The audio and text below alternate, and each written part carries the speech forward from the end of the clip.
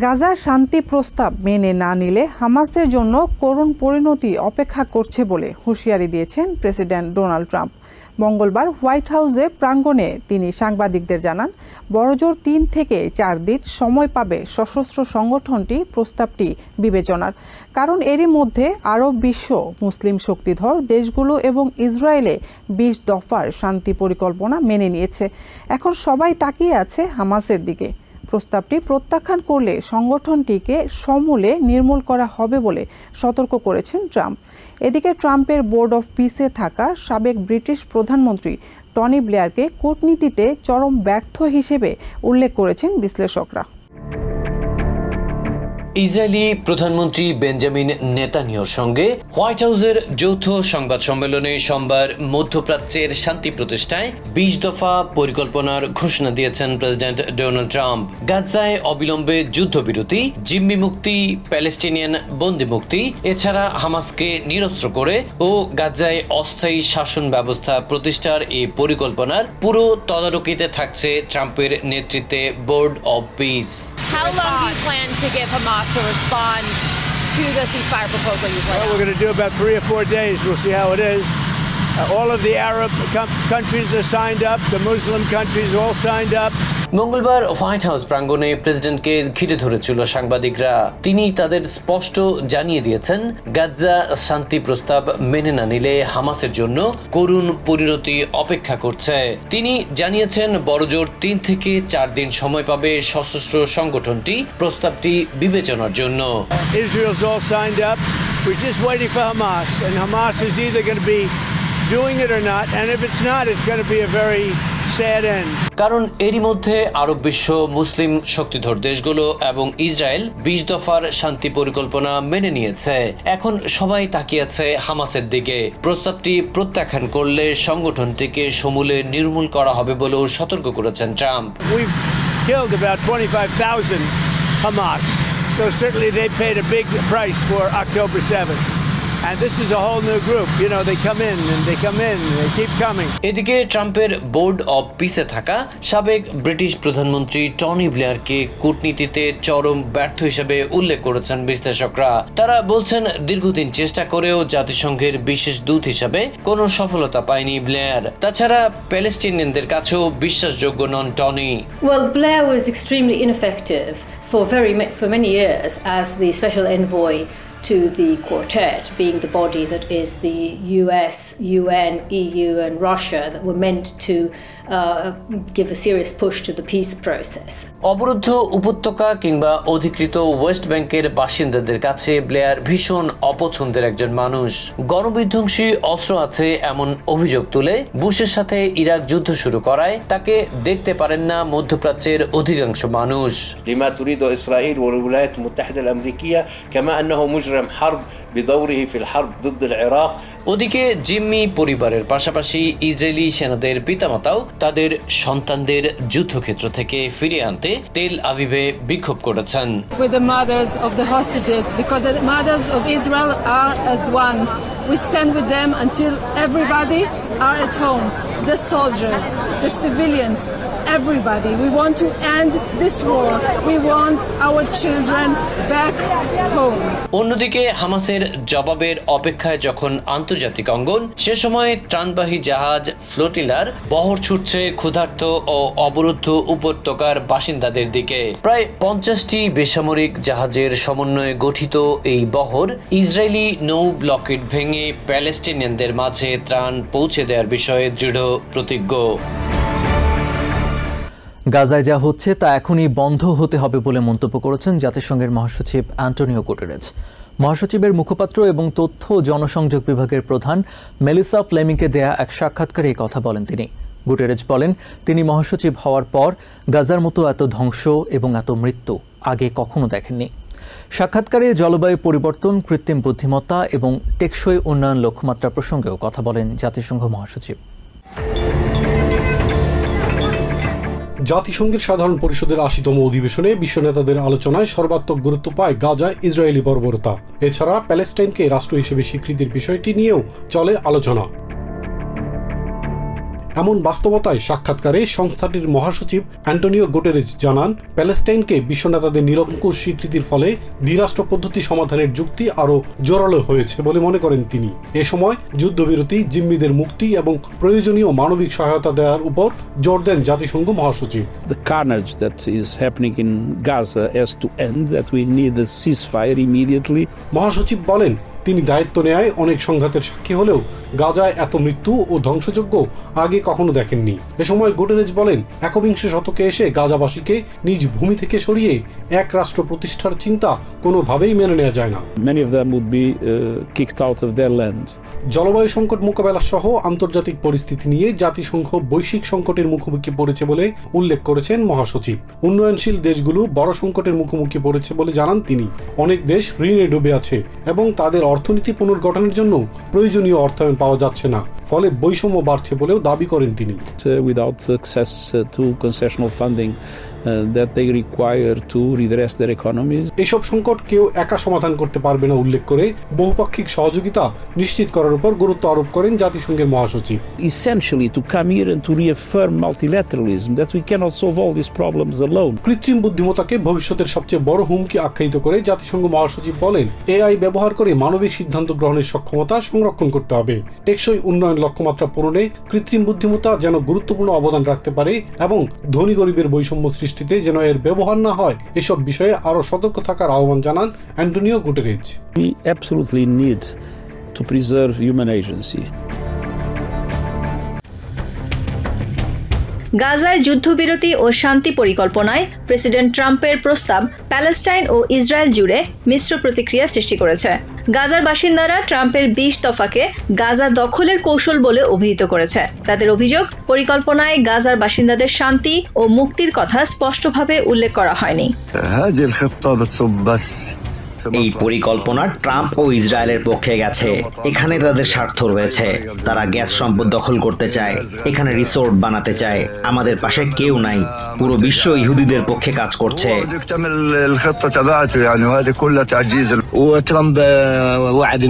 তারা প্রতিশ্রুতি দিয়েছিল শান্তি আনবে, কিন্তু পরিকল্পনায় জিম্মি ইসরায়েলিরা মুক্তি পেলেও আমাদের ভাগ্যে কি আছে তা বলা হয়নি। আমাদের কে রক্ষা করবে সে বিষয়ে কোনো সমাধান নেই। এদিকে গাজাগামী ওয়ার্ল্ড সামুড ফ্লোটিলার মানবাধিকার কর্মীরাও ট্রাম্পের পরিকল্পনার নিন্দা জানিয়েছেন। জাতিসংঘের বিশেষ দূত ফ্রান্সিসকো আলবানিজের উদ্ধৃতি দিয়ে আন্তর্জাতিক এই ত্রাণবাহী নৌবহরের সদস্য সোফিয়া বুচ্চো বলেন, কথিত শান্তি পরিকল্পনায় মানব মর্যাদার অপমান করা হয়েছে। Trump's so-called his plan is an insult to human intelligence and dignity and a blatant mockery of international law, as the UN Special Rapporteur Francesca Albanese has clearly stated. ট্রাম্পের পরিকল্পনায় বেঞ্জামিন নেতানিয়াহু ব্যাপক উচ্ছ্বাসের সাথে সমর্থন দিলেও তার জোট সরকারের অতি ডানপন্থী মন্ত্রীরা তুমুল প্রতিবাদ জানিয়েছেন। অর্থমন্ত্রী বেজালেল স্মোট্রিচ বলেছেন, কাতারের কাছে নেতানিয়াহুর ক্ষমা চাওয়ার ঘটনা লজ্জাজনক। তিনি এটিকে ইহুদি গণহত্যাকারী নাৎসিদের সন্তুষ্ট করার সাথে তুলনা করেন। নেসেট সদস্য ইয়ার গোলানো এক্সপোস্টে নেতানিয়াহুর সমালোচনা করেন। তবে বিরোধী দলীয় নেতা ইয়ার ল্যাপিড, নাফতালি বেনেট ও ইয়াভ গ্যালান্টের মতো নেতারা ট্রাম্পের পরিকল্পনাকে স্বাগত জানিয়েছেন। এদিকে গাজার সশস্ত্র গোষ্ঠী প্যালেস্টাইন ইসলামিক জিহাদ এবং popular front for the liberation of Palestine পৃথক বিবৃতিতে ট্রাম্পের পরিকল্পনাকে যুদ্ধ দীর্ঘায়িত করার পরিকল্পনা এবং গাজাকে প্যালেস্টাইন সত্তা থেকে পৃথক করার অভিযোগ করেছে। যদিও France, Germany, Britain, European union সহ বিশ্ব নেতারা ট্রাম্পের পরিকল্পনাকে স্বাগত জানিয়েছেন। তবে হামাসের প্রতিক্রিয়ায় এখন কেবল বলে দেবে এই পরিকল্পনা কোন দিকে মোড় নেবে। তরুণ প্রজন্মের মাঝে অনলাইনে পর্নোগ্রাফি সহ বিভিন্ন ইসলাম বিরোধী বিষয়াবলী ছড়িয়ে পড়ছে বলে কিছুদিন আগে উদ্বেগ প্রকাশ করে আফগানিস্তানের তালেবান সরকার। কর্তৃপক্ষ সাম্প্রতিক সপ্তাহগুলোতে কিছু প্রদেশের সাথে ফাইবার অপটিক সংযোগও বিচ্ছিন্ন করে দেয়, যার কারণ হিসেবে কর্মকর্তারা জানান তাদের নীতিগত উদ্বেগের কথা। বিশ্বব্যাপী ইন্টারনেট ট্রাফিক মনিটরিং প্রতিষ্ঠান ক্লাউডফ্লেয়ার রাডার জানিয়েছে, রাজধানী কাবুলে ইন্টারনেট সংযোগের তীব্র হ্রাস ঘটেছে। পরবর্তীতে পর্যায়ক্রমে পশ্চিমাঞ্চলীয় শহর হেরাত এবং দক্ষিণ কান্দাহারেও সংযোগ হ্রাস পায়। এমন পরিস্থিতিতে সোমবার দুপুর ৩টা থেকে দেশ জুড়ে সম্পূর্ণভাবে সংযোগ বিচ্ছিন্ন করা হয় ইন্টারনেট এবং টেলিফোন পরিষেবা। এই অবস্থায় দেশটির শিক্ষা, চিকিৎসা ও বিভিন্ন সরকারি পরিষেবা মারাত্মকভাবে ব্যাহত হচ্ছে বলে জানান সৈয়দ রামেজ নামের এই বাসিন্দা। বিকাল থেকে কাবুলের ইন্টারনেট সংযোগ বিচ্ছিন্ন। এটি মানুষের জন্য একটি চ্যালেঞ্জ, কারণ সমস্ত সরকারি খাত, বিশ্ববিদ্যালয়, স্কুলগুলো ইন্টারনেট ব্যবহার করে। আমরা সরকারকে ইন্টারনেট পুনরায় সংযোগ দেওয়ার জন্য অনুরোধ করছি। ইন্টারনেট সংযোগ না থাকলে মানুষের জন্য কাজ করা খুবই কঠিন। তরুণ প্রজন্মের কাছে ইন্টারনেট ছাড়া একদিন কাটানোও যেন শাস্তিস্বরূপ। তাদের পড়াশোনা সহ যোগাযোগের প্রধান মাধ্যমই হলো ইন্টারনেট, আর এই পরিষেবা বন্ধে খুবই বিপদে পড়েছে তারা। আজকাল সবাই প্রযুক্তির সাথে যুক্ত। সারা দেশে যোগাযোগ ব্যবস্থা সম্পূর্ণ বিচ্ছিন্ন। আমাদের বন্ধু বান্ধব এবং আত্মীয় স্বজনের সাথে কোনো যোগাযোগ নেই। সারা দেশের যোগাযোগ ব্যবস্থা বিচ্ছিন্ন। ইন্টারনেট ও টেলিফোন পরিষেবা বন্ধ থাকায় দুশ্চিন্তায় পড়েছেন প্রবাসী আফগানরা। জরুরি প্রয়োজনেও তারা কোনোভাবেই যোগাযোগ করতে পারছেন না। স্বজনদের কথা ভেবে দুশ্চিন্তায় পড়েছেন ফ্রান্স প্রবাসী এই আফগান তরুণ। গত শনিবার আমি পরিবারের সাথে শেষবার কথা বলেছি। এরপর থেকে আর কোনোভাবেই দেশের কারোর সাথে যোগাযোগ করতে পারছি না। খুবই দুশ্চিন্তায় আছি। আফগান বেসরকারি চ্যানেল টোলো নিউজ জানায়, কর্তৃপক্ষ সেলফোনের জন্য 3G এবং 4G ইন্টারনেট পরিষেবা বন্ধ করার জন্য 1 সপ্তাহের সময়সীমা নির্ধারণ করেছে। এক্ষেত্রে শুধুমাত্র পুরনো 2G স্ট্যান্ডার্ড সক্রিয় থাকবে। ম্যালোরি ও আরভিনের ঐতিহাসিক ও প্রাণঘাতী এভারেস্ট অভিযানের 100 পূর্তিতে এক অভিনব পরীক্ষার অংশ হিসেবে হিমালয়ের পথে পা বাড়াচ্ছেন দুই যমজ ভাই। টার্নার টুইন্স নামে পরিচিত হুগো ও রস টার্নার আগামী মাসে নেপালের 6476 মিটার উচ্চতার মেরা পিকে আরোহণ করবেন। এই অভিযানে হুগো পরবেন 1924 সালে জর্জ ম্যালোরির ব্যবহৃত এভারেস্ট কিটের হুবহু প্রতিরূপ, আর রস পরবেন আধুনিক পর্বতারোহণের পোশাক ও সরঞ্জাম। তাদের এই ব্যতিক্রমী অভিযানের পেছনে রয়েছে একটি বৈজ্ঞানিক উদ্দেশ্য। চরম ঠান্ডা ও অক্সিজেনের ঘাটতির পরিবেশে সেকেলে ও আধুনিক পোশাকের কার্যকারিতার তুলনা করা। এই গবেষণায় সহায়তা করছেন ব্রিটেনের ইউনিভার্সিটি অফ পোর্টসমাউথের একদল গবেষক। তারা অভিযাত্রীদের শারীরিক ও মানসিক প্রতিক্রিয়া পর্যবেক্ষণ করবেন, এমনটাই জানান Hugo Turner. So there's a huge amount of science, a huge amount of data, and we're wanting to really study and unearth some new findings. 1953 সালে স্যার এডমন্ড হিলারি ও তেনজিং নোরগে প্রথম এভারেস্টের চূড়ায় পৌঁছান বলে ব্যাপকভাবে স্বীকৃত। তবে রস টার্নার বলছেন, ম্যালোরি 1924 সালের জুনে নিখোঁজ হন, যা এখনো একটি অমীমাংসিত রহস্য। তিনি মনে করেন হিলারির কয়েক দশক আগেই ম্যালোরি এভারেস্ট জয় করেছিলেন। There's evidence to suggest that he did, and some people suggest there's evidence that say he didn't. এই অভিযানের সময় তথ্য সংগ্রহ করবেন টার্নার টুইন্স। এছাড়া গবেষকরা তাদের শরীরের তাপমাত্রা, দক্ষতা, চিন্তা শক্তি ও স্ট্রেস হরমোন পর্যবেক্ষণ করবেন, যাতে ওই উচ্চতায় পোশাকের প্রভাব ও সিদ্ধান্ত গ্রহণের সক্ষমতা বিশ্লেষণ করা যায়। গবেষক দলের প্রধান ডক্টর জো কস্টেলো জানান, তারা নিয়মিতভাবে দুই ভাইয়ের ত্বকের তাপমাত্রা পর্যবেক্ষণ করছেন। প্রচন্ড ঠান্ডায় তাদের শরীরে কি ধরনের প্রতিক্রিয়া সৃষ্টি হয় তা নিরূপণের চেষ্টা করছেন তারা। And we are here in the Extreme Environments Laboratory in the University of Portsmouth, and we're exposing the guys to temperatures of -25 degrees Celsius.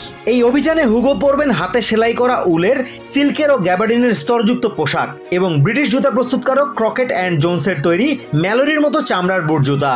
অন্যদিকে রস পরবেন মন্টেইনের সরবরাহকৃত আধুনিক পোশাক ও সরঞ্জাম। রস বলেন, নিখোঁজ দুই অভিযাত্রীর সাথে জিনগত কোনো পার্থক্য না থাকায় অভিযানের সময় ব্যবহৃত প্রতিটি সরঞ্জামের বৈজ্ঞানিক বিশ্লেষণের মধ্যে তুলনা করা সম্ভব। The exciting thing with us is that we're genetically identical. We like to train similar. We like to train in a similar way before these expeditions, so we are as identical as possible. 1924 সালে যে অভিযানে গিয়ে Mallory ও Andrew Sandy Ervine পর্বতের উচ্চতর অংশে নিখোঁজ হন, সেই অভিযানের পরিবেশ, ব্যবহৃত সরঞ্জাম এবং শারীরিক প্রভাবের মধ্যে মিল ও অমিলগুলো খুঁজে বের করাই এই কার্যক্রমের মূল লক্ষ্য। এই তথ্যগুলো বিশ্লেষণের মাধ্যমে পর্বতারোহীদের পোশাক ও সরঞ্জাম কিভাবে আরো নিরাপদ করা যায় তাই খতিয়ে দেখা হবে। আয়ারল্যান্ডের মিথ কাউন্টির হিল অফ টেরা একটি প্রাচীন ও ধর্মীয় সমাধিস্থল।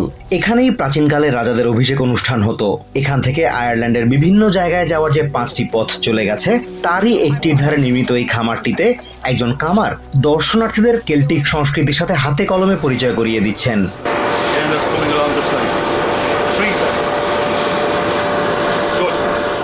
টম কিং অতিথিদের কাছে অ্যানগভা বা বয়েন ভ্যালির কামার নামে পরিচিত।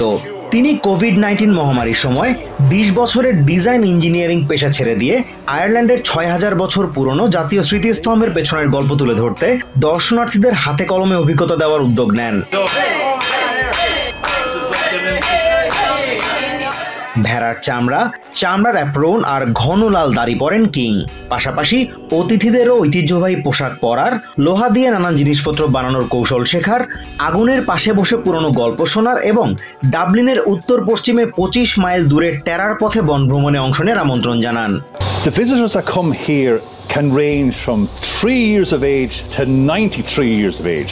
So it's everyone and anyone that has any interest at all in ancient Ireland and looking for a totally unique experience. শৈশব থেকেই নিজের এলাকার লৌহ যুগের ইতিহাস সম্পর্কে আগ্রহী কিং। তিনি মনে করেন এই ইতিহাস, পুরাণের গল্প আর যত্ন নিয়ে শেখা লোহার শিল্প সংরক্ষণ করার পাশাপাশি পরবর্তী প্রজন্মের কাছে পৌঁছে দেওয়া জরুরি। ড্যারলিন মলিটন নামে 67 বছর বয়সী মিনেসোটার এই বাসিন্দা আয়ারল্যান্ডের প্রাচীন ইতিহাসের বিষয়ে আগ্রহী। এই আগ্রহ থেকেই 5 বন্ধুকে নিয়ে বেড়াতে এসেছেন তিনি। মলিটর মনে করেন সময় সুযোগ হলে সবারই এই অনন্য অভিজ্ঞতা অর্জন করা দরকার। I'd recommend it. It's part of Ireland, and I've enjoyed getting to see some of the things that you wouldn't normally see that are quieter. আয়ারল্যান্ডের প্রাকৃতিক দৃশ্য, ঐতিহ্য ও আতিথেয়তা দেশের পর্যটনের মূল আকর্ষণ হলেও কিং এর কামারশালা এতে নতুন মাত্রা যোগ করেছে। সব আধুনিকতা পেছনে ফেলে প্রাচীনকালের অভিজ্ঞতা অর্জন করাটা দিন দিন পর্যটকদের কাছে আরো জনপ্রিয় হয়ে উঠছে। And yet we have all this technology at our disposal, but yet there's so much unhappiness. So there's a kind of a circle where people are going back to basics.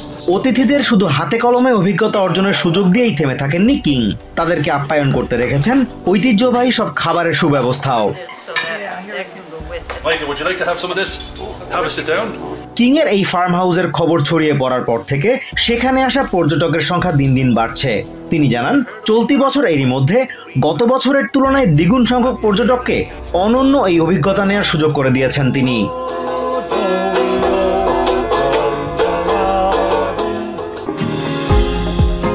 New York থেকে সম্প্রচারিত TVN 24 television বিশ্বজুড়ে বাঙালির কণ্ঠস্বর।